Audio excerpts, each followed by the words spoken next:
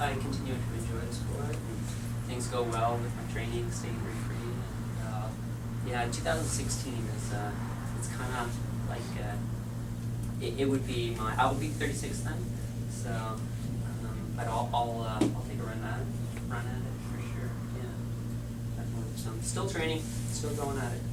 Are you learning different methods of training from people from around the world now that you're at that level?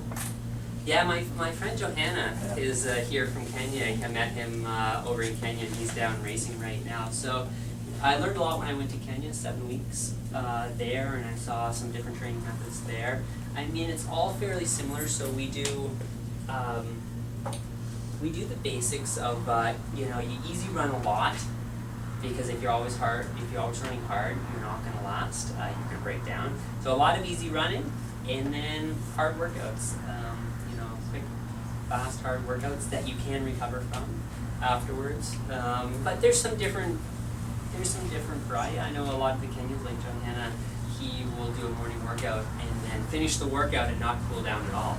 Like not do a cool down after the workout, but then do a 40-minute run or so later on that day, and that kind of flushes the lactic acid and stuff out and get into more mileage later on. So that's something that's just different. I mean, us North American Canadians would never not cool down after a workout, but so yeah, there's a few different little tweaks, but definitely lots of easy running, and then tempo fartlek workouts for marathon. Can you help us with what easy means? Sure. When you talk about 3-minute kilometers, most of us are Yeah, no, that's a good question. It's definitely has to be a different effort between your easy run and your workout. So I think elite runners probably do it the most. Like I'll run my workouts. My fastest workout will probably be a mile repeat workout, and I'll average per mile around 4:20 per mile. And then my easy run pace is like 7-minute miles. So that's a big difference, right? And I run about 80% of my mileage at easy run pace. And I'll run maybe 5% of my mileage, or even less, at that 4:20 pace. So 5 miles a week. Not even, because I only do a couple of those per workout, per build-up. And then my tempo race pace is, I'm going to switch to kilometers here. We'll stick with miles. It's 5 minutes per mile, roughly, is my race pace per mile. But my easy run is still 7 minutes per mile. So that easy run does a few things. It builds up your endurance, improves your cardiovascular fitness, builds up endurance, and it allows you to get in sports specificity for what you're trying to do, which is running at a slow pace so that you can recover from it. If you're always running fast, you can do it for a few days, maybe a week, but you're going to get tired, burnt out, and it's going to be like a slow, gradual reverse, the opposite of what you want. When I start out my 4 months before a marathon, I am not even close to the same fitness that I am when I finish that 4-month training block. So there's a big difference between the first month and the 4th month.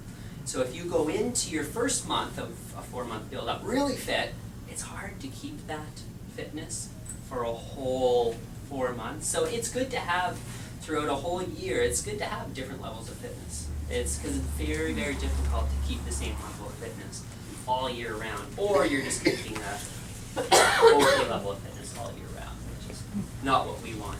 Yes? Sorry, can I just one back up on that one? So for a 42K race, what's your weekly kilometers? Going for a weekly, again, it depends where I am in my training cycle, but on an average, I'll average about 200 kilometers a week the 3 months before a marathon. Yeah, so I'll have some down weeks, some up weeks, up to 230 kilometers. That is me focusing on running full-time, running up to 12 times a week, doubling 5 days a week with a long run. And then after a marathon, 2 weeks off completely. running for 10 days to 2 weeks, yeah, eating whatever, lots of brownies and chocolate.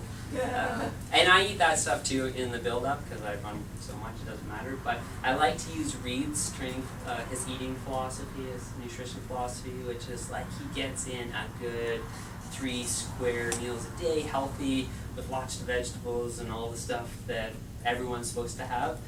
And if you have that, he doesn't care what else he eats because he knows that he got the nutrition in. You know, got the protein, got the vegetables and all that. So if he has like an ice cream sandwich and brownie, whatever, it doesn't matter.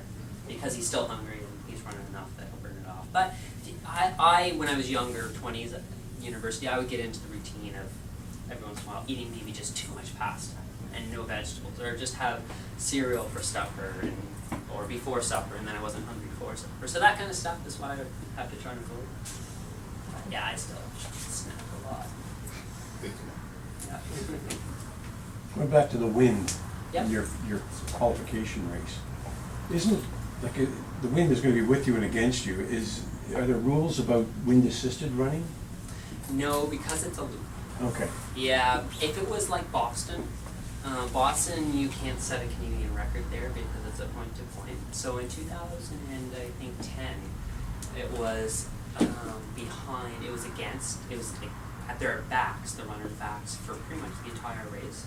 So that just helps you the whole way. Yeah. Now, if you run a loop, it's going to be 50-50, Yeah. but the wind at your back never makes up for the wind in your face. It's kind of like hill running, right? You know, the downhill never makes up for the uphill. You're always going to lose speed. So as long as the looped course makes a full loop, or the start and finish are within fairly close to each other, yeah, there's no rules about that. There's a question right here. Yeah. During the week, let's say you're training, do you do like one day that you do speed spurts, like to practice speed and to maybe get your pace up? Yeah, so I do those 2 big workouts, but another small workout that I don't even consider like, you know, a real workout, but we are prescribed strides. So up to 15 minutes of strides would be another session for me. 15 minutes of strides would be a 20-second burst, and then 40 seconds very easy. So it's just working on form. You're not trying to get lactic acid. You're not trying to feel a burn or, you know, really get a big workout. Practice the speed. So Practice your speed and practice your form. So I usually do it in the middle of my run, middle of like a 20K run. I'll do that 15 minutes of strides. So it's really only 15 times 20 seconds fast. But I find that second 10K of that run actually feels a lot better because I usually have better form after practicing my form for that time. So I'll do that once a week. Yeah, so that'll be my speed stuff. Yeah. So you say you take 2 weeks off right after? Yep. Nothing? And you don't get that heartbeat thing, like the detraining thing? I've talked to people, like rowers, they've said like, Detraining, no. they wake up at night, their heart's beating on their chest, because they just don't, you don't have that as well. No, I've never experienced that. I have more energy and Yeah. I don't sleep as much, but yeah, I don't necessarily have that detrain effect. No, but it is amazing how after even 2 weeks of not running, how out of shape I can get. So it takes 3 to 4 months to get into that peak shape, but then after 2 weeks of not running, I couldn't imagine going out there and trying to race a marathon, like after just 2 weeks of not running. So you lose it quick, but you gain that.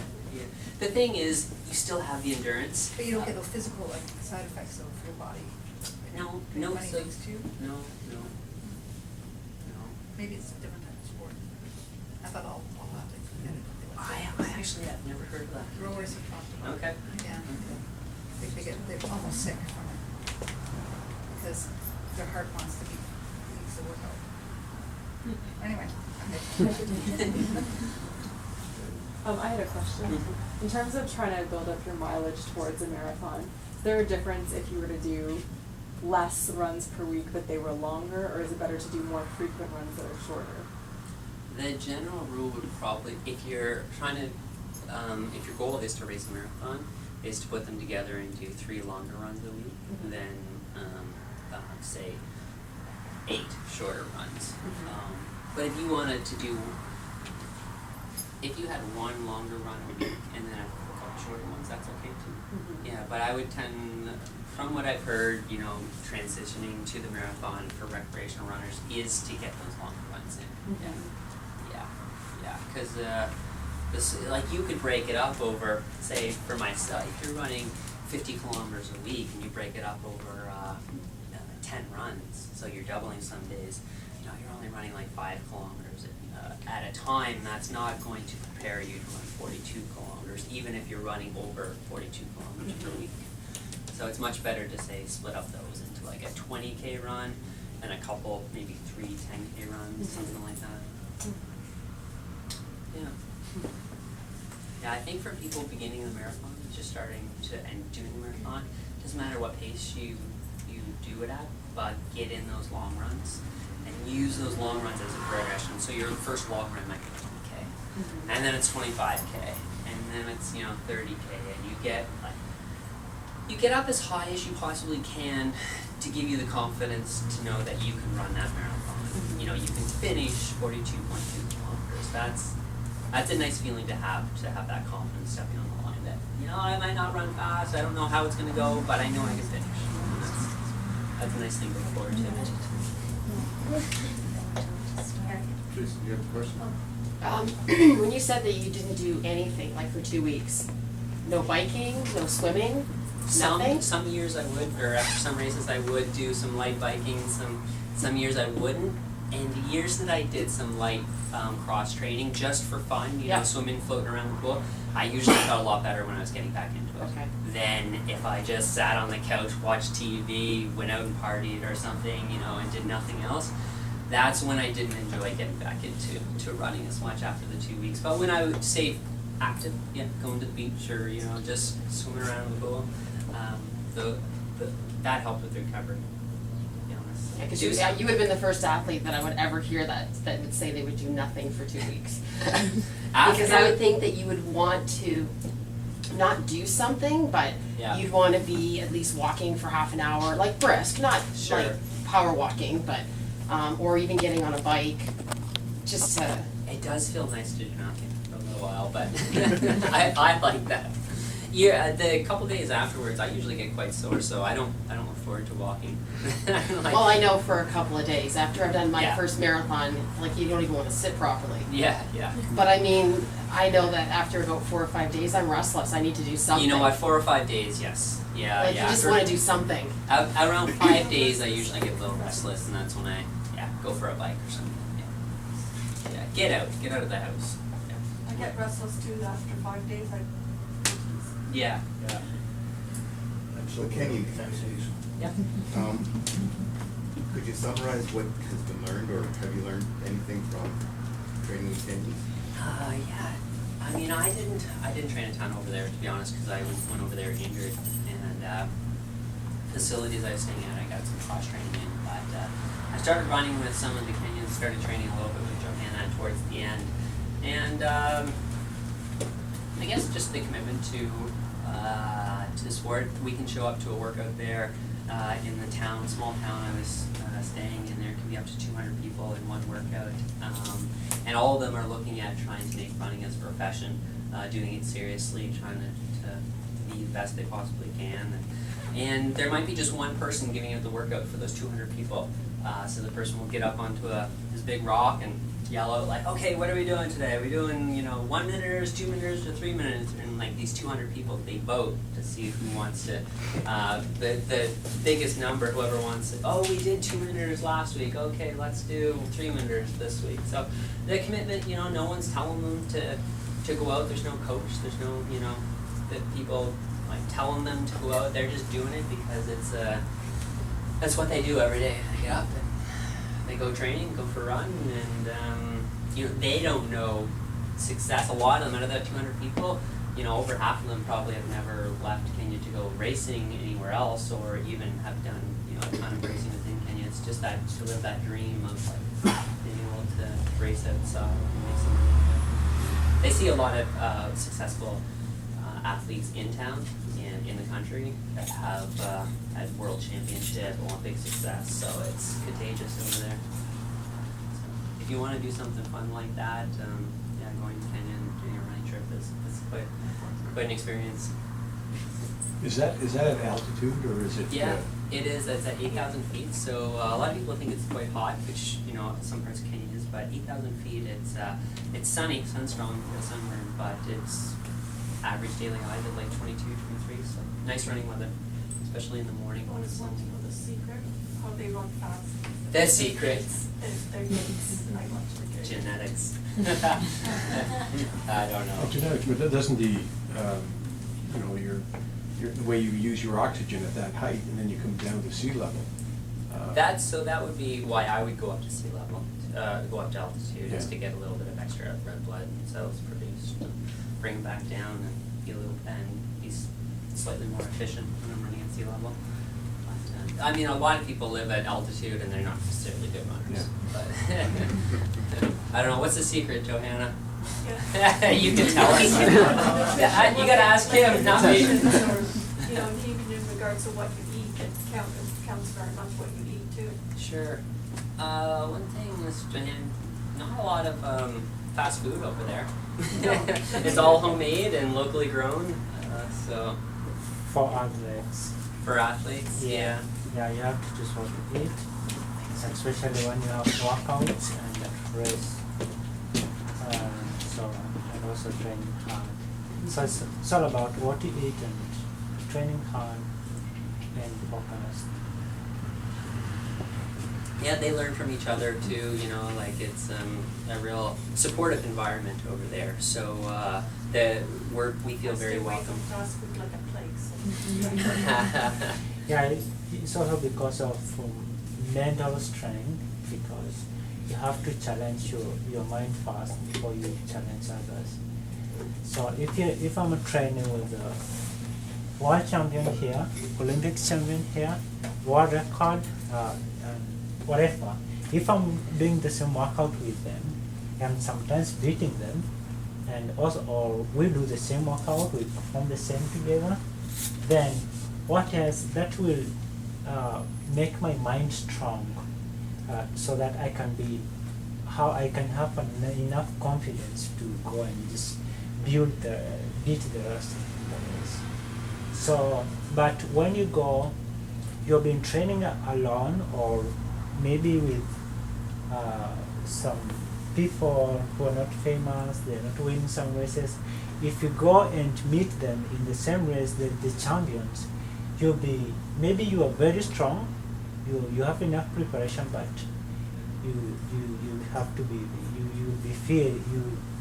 you see them and then you start to be, oh, this is a world champion, this is Olympic champion, then you can't give your best in a race. So it's good to, what we really encourage us is that opportunity to be with the champions and train with them. That was actually going to be my question.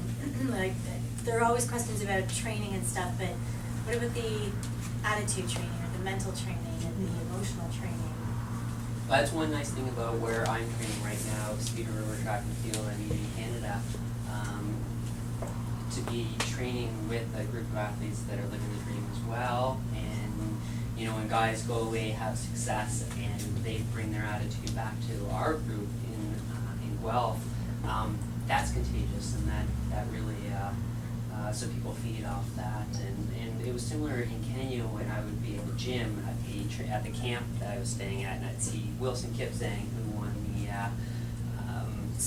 won the bronze medal, right, John, at the London Olympics in the marathon, and he was doing some exercises in the gym, working out there, and he was just like, yeah, I do that same stuff. I picture myself like this guy, won a medal at the Olympics, and he's just standing right there doing, what everybody does, right? Like there's really no secret, but there's a lot of inspiration and a lot of good things that you can take from being around people that are successful, but also have the right attitude. Yeah. So our club has the right, 11 people in our club have the right attitude. You go to Kenya to be with other runners that have the right attitude, and have success. There's nothing you guys do in particular to, I don't know, meditation or something, just like what if you're having a really bad week, you're like, oh, I don't know why I do this, why do I run anyway, this is so stupid. I'll give you, I have those, like I have to get out for my 12 runs a week, and sometimes it actually is really tough, or I'm not in a great mood before I go out. So I've learned over the years to tell myself that I have to be in a 20/80 mood before I leave the door, and that's 20% positive and 80% positive, and 20% could be what else, you know, like I have, because I found over the years, the mood that I take out the front door with me when I'm going for a run, and I have to run for 90 minutes or something, is usually the mood that I'm going to carry with me for the rest of the run. So if I can just sit on that couch and think about all of, like, you know, the good things that are happening in my life and get that 80% positive thinking, and I step out the front door, chances are I can most of the time I can keep that for my entire run. The times that I find I'm like thinking about something that's not going right, or I'm not like looking forward to the weather or looking forward to the run, and I step out the front door and I leave, I usually find like, oh, I'm not feeling good today, and you know, like this hurts or that hurts. It affects your running. Yeah, it affects my running Because it has happened to me a few times. Like, let's say I get into an argument, I got into a really big argument, and it's like, I go out there and I'm gonna You don't want to take it with you on the run. I mean, some people might be able to lose it while you're running, stress reliever, but sometimes it releases stress. I found that sometimes it does have an opposite effect that you really, because you're picturing chasing that person. Tunnel vision, yeah. It's good to get, I find personal experience, it's good to get that, forget about that before you head out through the run, and not say my run's gonna get me less stressed. But, Eric, what about the injury factor? Like most people that run probably one time or another have injury that derails their training for a period. What do you as an elite runner do to try to avoid injury or minimize or deal with it when you are feeling tweaks?